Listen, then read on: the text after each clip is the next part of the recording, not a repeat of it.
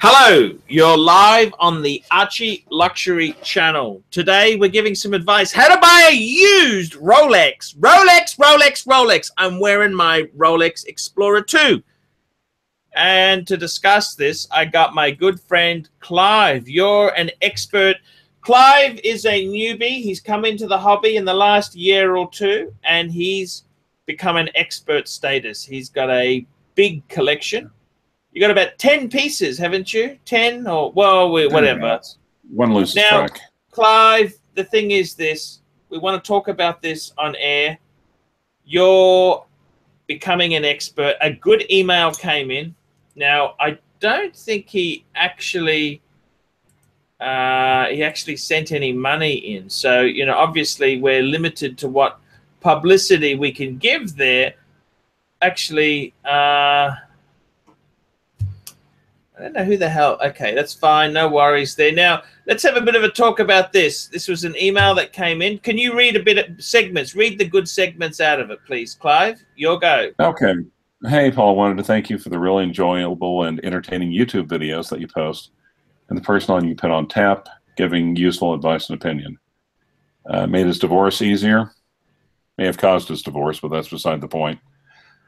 In terms of advancing your brand, okay, of course, we all know how you feel like about unsolicited advice. I feel that you'd benefit more from directing your efforts to long-term buying plan development for those over 40 that have disposable income and have to consider 5, 10, 15-year buying and selling plans rather than the usual long-term holds or watch schmucks. What I find is that 10K or under, new, and while I value horology, the only buy is Rolex.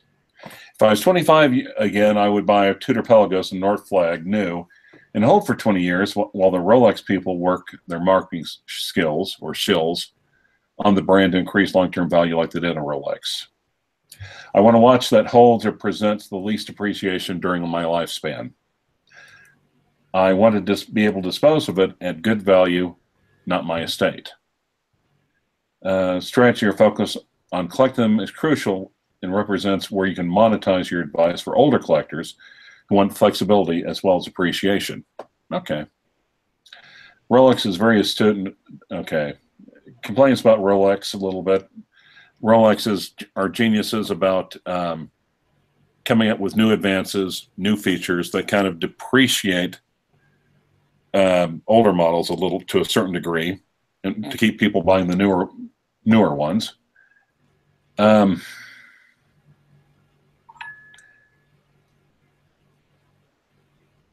People,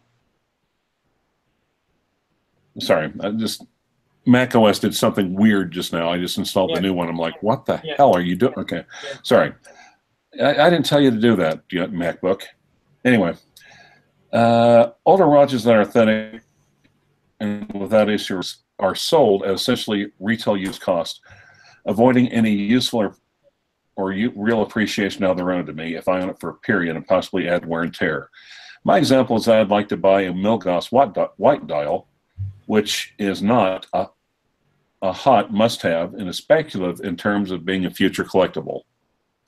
In the current market, I would have to pay from just under 5 to 7 upper figure for new old stock. I need to pay in the 3s to have a chance of securing a plus flip, especially noting millennials and Generation Z do not use watches to track time. What's the value to me? Now here's the other part. Finding a unicorn used Rolex at a good price that everyone brags about requires time, energy, and attention.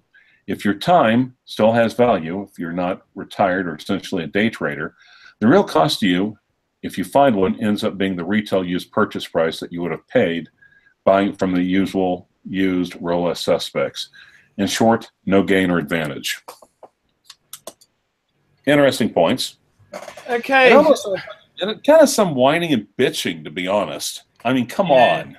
Yeah. Well, Tell me. I guess he's mad because the Rolex fairy doesn't knock on his door and offer him used Grail pieces at wholesale price though. Yeah, or below. Oh my God! It takes time and effort. Well, if you don't enjoy it, don't do it. That's very true. If you don't enjoy it, don't do it. That's That's what life comes down to, isn't it? If you don't enjoy it, why would you do it? And like I said, I mean, I talk about the thrill of the hunt, but hunting them down and looking for them and keeping track of them, I think is part of the fun. Yes, yes, yes. It's I know exactly what you're saying. I mean, what do you think the sweet spot is? I mean, I think if you're a newbie, if you are just buying one Rolex for yourself, would you be? But now tell me this: you've invested a lot of time and energy into this hobby. If you just wanted one Rolex, would you buy new? Would you buy from a used dealer, a respected used dealer, or would you go Craigslist, eBay? What would you do? Tell me your advice. I'm after your opinion, Clive. Well, and we have a difference of opinion about that. We always have. You seem to have better luck haggling with used retailers or secondhand dealers. Yeah. And I like going cheap and nasty and dirty and going on Craigslist and eBay. And I think both of us have had good results there. Yes. Yes, you're right there. That's very true. That is very true. I would tend to say that I think if you just want one watch, it doesn't really matter if you overpay a bit. I don't think it matters if you overpay a bit. If you just want one watch, like a man wants a Rolex, I think it can be dangerous to do the Craigslist or the eBay, because there's a lot of dangers out there. I was talking to Sam yesterday. Sam, he's a huge fan of the channel. He sponsors me on Patreon. He's a really cool guy. That's the guy with the tattoos, the high-end tattoos. Remember him, Clive? Yes. Yes, actually. I spoke on the phone. He's a really cool guy. Yeah, he mentioned that. He's a really lovely guy. He's doing well. And I spoke to him, and I was talking to him about watches. And his first Rolex he bought was a Yachtmaster. He bought it on eBay for $1,200. It turned out to be a fake. He got called out. And I got to tell you, I think sometimes if you had to buy a new Rolex, buying a steel sports Rolex, you could do a lot worse. If you're going to have to pay retail, what watch do you think would be? I think buying any of the Rolex divers, the steel divers, I think is okay to almost pay retail. Is that wrong to say that? I would say if there's anything where you're not going to get where you're going to get fisted the least, that's going to be probably a ceramic Submariner date, or maybe a GMT Batman. At least for right now. The GMT Batman might change in the future, especially if Rolex comes out with a new model. A new flavor, a new color scheme, but I think the Submariner, I'm sorry, is always a safe bet. Yeah, subs. Would you with the Submariners? Would you think it would be safe to buy new? Is that wrong to say that? I'd probably go to a news dealer and like a Kenny Nguyen. I think you may save a little bit off the price by going to someone like Kenny Nguyen, highly respected used dealer. I think you may save a little bit. Yet again, not a huge amount.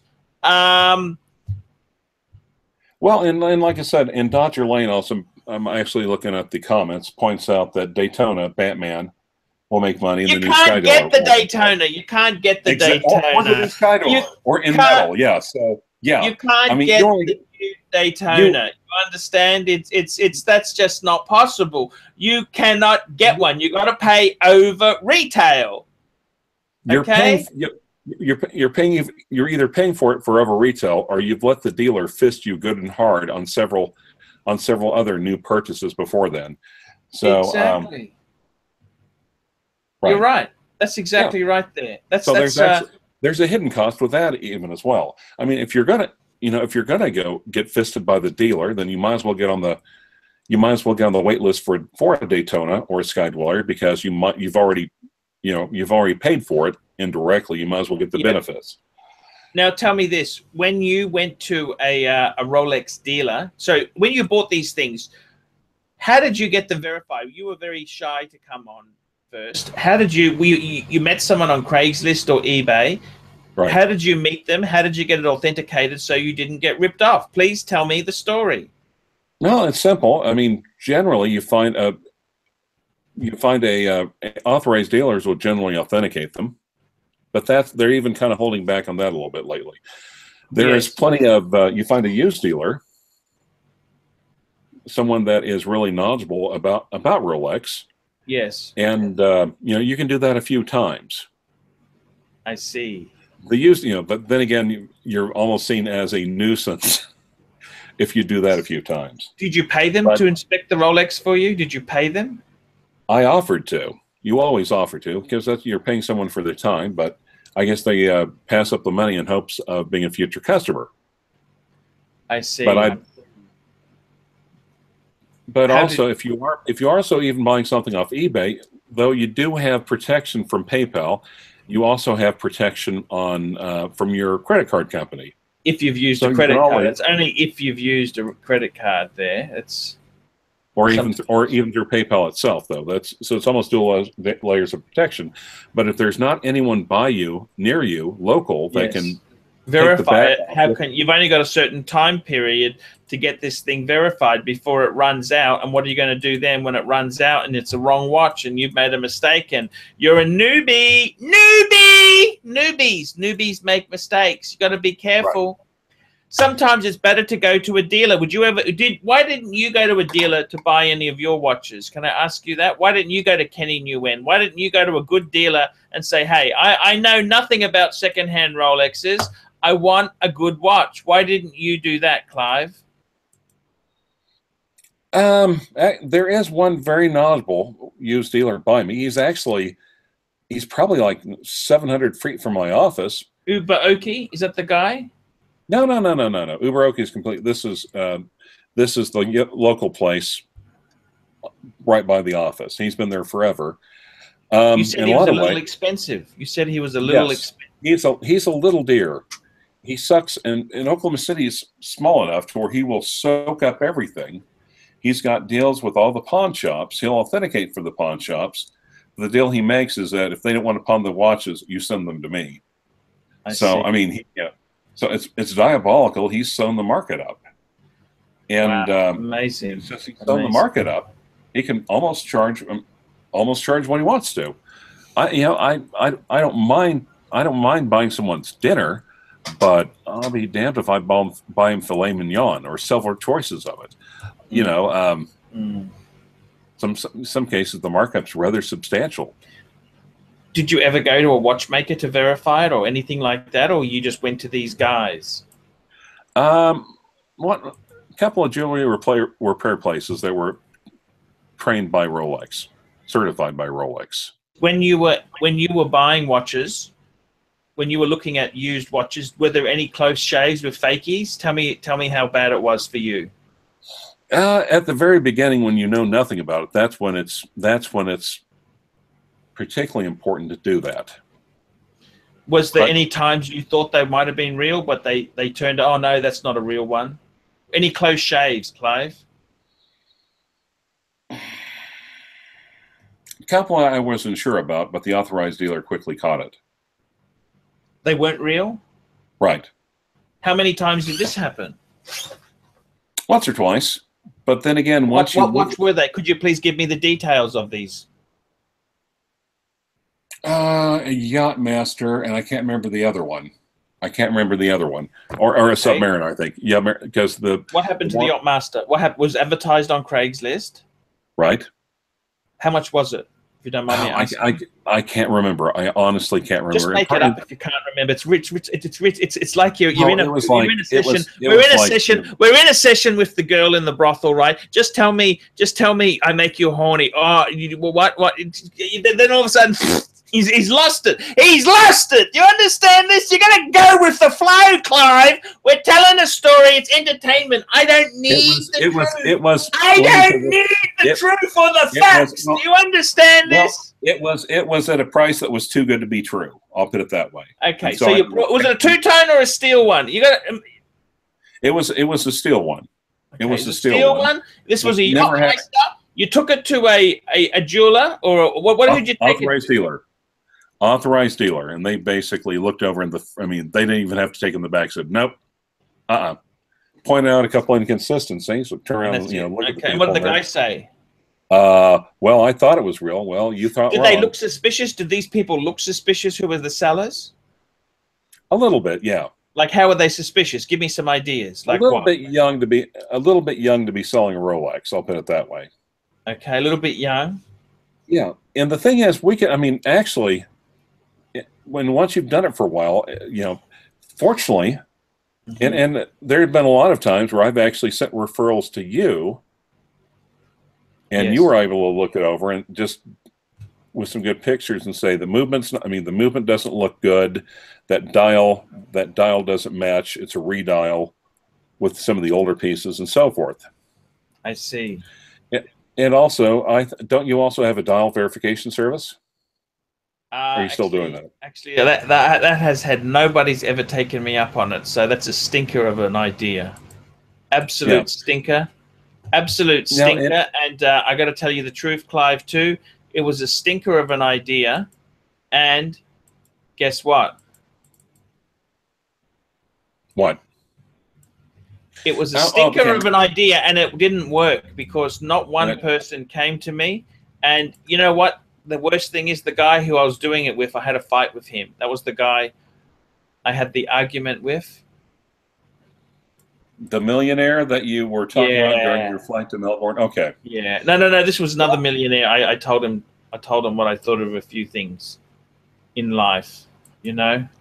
Maybe you get a little bit better in life. Do a little bit better in life if you didn't make a point of pissing off millionaires. Yeah, it's fun, but because no one has the balls to do it. You understand? No one has the balls to do it. No one has the cojones. No one has the cojones to do it because they think, oh, I might need this person, but I kind of look at it and say, I don't give a shit. Who are you to me? And, and like, that's worked well. And sometimes, though, on the other hand, sometimes it's the thrill of the hunt. And one of the things is just what kind of vibe you get them from at the very beginning. If you say, hey, that sounds like a great price, I would like to meet you at the local authorized dealer to have it verified, that usually screens them out. Oh, I see. So it's only the ones who think they're real actually go ahead with that. Right. Oh, has that stopped people? What do people say to you? Oh, I can't. Well, like, I can't make it, or the time never seems to work out, and it's just like, okay, well, obviously you don't want to have this verified, so thanks much, goodbye. Oh, I see. Good point. And see, that's why it's important to have to know the experts in your area and to have them available as a resource. That's why. But even if you, and I hate to say it, but even if you get one off used dealer, it's probably not a bad idea to take it to somebody else just to make sure. In the words of Ronald Reagan, which is a little ironic coming from me, but still, trust but verify. Trust but verify. Dude, I remember those words. Yeah. That was Iran-Contra? Yes. Well, yeah, I actually went to a press conference in my little undergraduate when they had Admiral Poindexter give a little speech there and faced some very rude questions from our classmates. Well, he did. But that's beside the point. You remember Admiral Poindexter, right, from Iran-Contra? Yes. Yes. Okay. And good questions. Good questions. Fair questions. Were they right? No, unfair questions. One of them was, well, if you're innocent, if you're compelled, you thought you were doing the right thing, why did you try to off yourself? How did he answer that? He just said, I'm not going to answer that question. And that's also, but to go back to the topic though, make sure you have resources on hand locally to verify. And sometimes it's like going up to the pretty girl in a bar. Yes, it's hard to do. It's hard to do. 99 times you might get your face slapped. At that 100th can make it worth it. Also, check out the buyer and just, you got to get a sense from, what's the buyer's story. Yes. also, I mean, older. I mean, I'm sometimes sometimes older people, and sometimes I've had my best ones for people that had on Craigslist with crappy photographs. Actually, you're right, because sometimes people don't know how to. The worst thing people do is they use a damn flash when they're photographing things. Right, blurry or it's shaky or it's out of focus or they're using an old camera. So everyone else will look at that and they'll think, "Oh, this is bullshit. This is fake." Yeah, yes. This is fake. It's bullshit. It's whatever. It's like, well, you meet me over at Used Watch Place, and they're like, "Yeah, fine." And it's like, "Yeah, it's authentic." That's actually. And the story and the story checked out. It was an older woman. It's like, it was my husband's. I bought it for him used from the same place in 1994. A little Oyster Perpetual 1002. He died. Bit of a hoarder. I was just going through and cleaning out a bunch of stuff, and we kind of thought we lost it, but he stuck it in a teacup. So 6 months after he died, there it was. That's wonderful, Clive. And sometimes, and if it's really good, if it's really authentic, if it's a really good price, have your money ready to go. Now, I want to ask you, Clive. Have you ever seen people you work with, associates you work with, who've had a fake Rolex? Have you ever said anything? Gee, that's a bad fake. No. Would you call anyone out? No, because the people I work with usually buy them new from the AD. I see. And and they've said, "God, how come you have this one and this one and this one?" That's because I buy them used. I don't buy them new. So tell me this, Clive. Have you had any? What's the best watch you've seen out in the wild?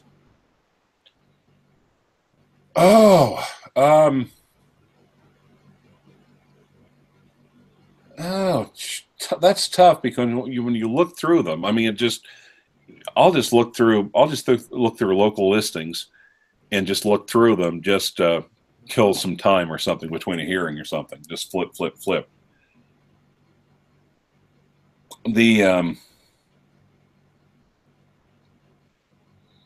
Probably the Mark I Daytona. It was a two-tone. It was in Little Rock, but I just kind of blew my wad on Senor Presidente. It's like an 80s Daytona Mark I dial, pretty box and papers. I could have got it for like $79. I was like, oh God, damn it, because I just bought the President. You ever heard of MasterCard? I'm not going to rack up consumer debt for a watch. Let's not be stupid. That's idiotic. That's okay. So, and like I said, that's what ArchieLuxury would do if he found something he really wanted. Yeah, not exactly. No, if you can, if you can't afford to pay cash, wait till you can. Oh, yep. If you're doing a lot of waiting. That's a lot of waiting. A lot of waiting. That's a lot of time to look. That's why people buy shitters. That's why they buy shitters. You know this. Or they get impulsive, and they're impatient, and they buy the wrong watch. It always seems to be that way. But have the money ready. Ready to go. Don't wait. Don't even have it in the bank. Have it in a safe, secure location. Have it in your desk drawer. Have it in your sock drawer. Be ready to authenticate it. Make sure that they authenticate it. Now I'm starting to see the 16610s pop up again in the oil field over in Dallas for like 5,500 with box and papers again. Before then, yeah, not bad. But on the other hand, well, then again, I kind of hit a home run with my no date and with the Sea Dweller, and then my purple sub. It's just like, how many subs does one guy need? Clive, I want to ask you something. I'm thinking about going to Switzerland to get footage. Do you think that would be good for the channel?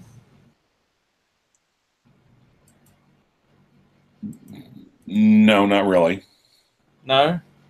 Because judging from your other adventures, you step out, you film your hotel room, and then you step out in the street and you film the same right outside the front door of the hotel over and over again. So, it would be nice to see a Swiss mountain. See, the problem is you can't really film inside these dealers. You know that? Right. They won't let you do that for security reasons. Right. And you got to understand that. I mean, I think, but one would think that the world famous ArchieLuxury would have an exemption or two. I know what you're saying there. Yes. But, yeah, but I think that, you know, have the money ready to go, do your homework, make sure, authenticate, have the sources, I mean, have your authentication sources ready to go. Yep. Keep track of the market. Here's go on. Funny thing. Who the fuck is, sorry. Go on. Hello. Hey. Oh, hey, I'm filming with the Minotaur. Can I call you back? Filming. Yeah. This is how it goes. These are live broadcasts. Active calls of nature are hosted on the channel. We don't hide nothing. These are not pre-recorded. These are live. Let me call you back, okay? These are live. We're live. This conversation. We're live. That's right. We are live. Okay, sorry. But one of the funny things is that I've had people come up. Who was that? If you don't mind me asking, who was that? A friend of mine. Wasn't Garbage Fire? No, it was not fucking Garbage Fire. No, absolutely not. Okay, fair enough. So, no. I actually have had some friends have some personal events, health and welfare checks, basically. Oh. Hey, are you all right? On you? Yeah, on me. What's wrong with you? No, we've talked about that. It just, you know, ex getting remarried, so that was someone else calling. Yeah. Anyway, but the thing is, what I've seen. She didn't have any money, Clive. The consensus on the forums is she didn't have any money. What the hell are you wasting your time with these old hags for? But anyhow, let's just continue. But actually, the thing is, what I've seen actually go really quick is these Tudor Black Bays. Wow, you've seen them go fast. Really quick. I haven't seen. That's kind of a newish watch. They're newish. How much are they going for? Oh, I've seen a couple of them, anywhere from like low twos to, in some cases, in the Bronzo Tudor, high twos or like 31. Okay. But it seems like right now those things move quicker in the oil patch Craigslist than the Rolexes do. So actually, I mean, I'm actually thinking if someone were to say, you know, I'm starting out. I don't know if I want to commit. You know, of course, a sub is. If you get a sub for 5,000, that's always a safe bet. Decent condition. I haven't authenticated, but maybe a Tudor, maybe a Black Bay might be a good way to start if you find one for a good price that catches your fancy. But that's something you learn just from watching and observing. And if you don't like, of course, and if you don't like doing that, then don't do it. Got you. It's the love of the game. It's just like, well, you know, if some people, you could apply that analysis to anything. It's just like, well, you win $5,000 in a poker tournament. How much time did you put in learning poker? True. If you put in it would be less than minimum wage. But if you don't enjoy it, don't do it. I see what you're saying. Actually, I still think, I mean, you know, I've said it before. It's been a while since I brought it up, but my God, I've found so many bogus and saved. I've found and located and saved so many bogus Craigslist ads. We could do scam school and keep that going for 6 months.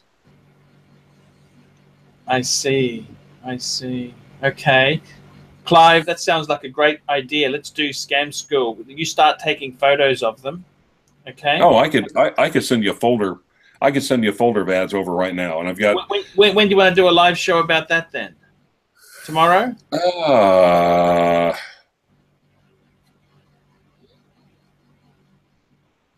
Tudor Black Lady Base. Nice, J Sykes. Nice. Give me a couple of minutes. We'll find a good one. We'll find a good one to start out with, and I've kind of captioned them with, you know, things like "too good to be true" or. Okay. You send me the picture. Email me the pictures. Okay, it'll actually have a list. It should have a link to the dead ad, but I'll have to make sure. I have to make sure I can still pull it up. You should be able to. Okay. If I do it right, you should be able to pull up the ad in its entirety. You may not be able to check. Just don't check on the reply to pull up the name or the phone number. Actually, let's save this for. You want to save it for tomorrow? Let's save it for tomorrow. Okay. Well, I might be at a mini conference or. Okay. Do you want to? Yeah. Okay. Yeah, I'll send you the folder over to the super secret unofficial pontifical email address. Yeah, you send me. Tell you what, Clive. I got to shoot off. I got to do something with the kids. Let's do this. We'll do this another. You send me the folder over, and we'll start working on it. Okay. This would be a great idea for a series. Okay. Absolutely. Okay. Thank you so much, Clive. Have a great day. Oh, it's still pulling up. Okay. And there are a couple ones that are actually a couple of the ones I bought, which actually were legit. So okay. When do you want to do that, Clive? Tomorrow or the day after? We'll do it. Okay, I'm going to cut this one here. Thank you so much, Clive. Like, subscribe, tell your friends.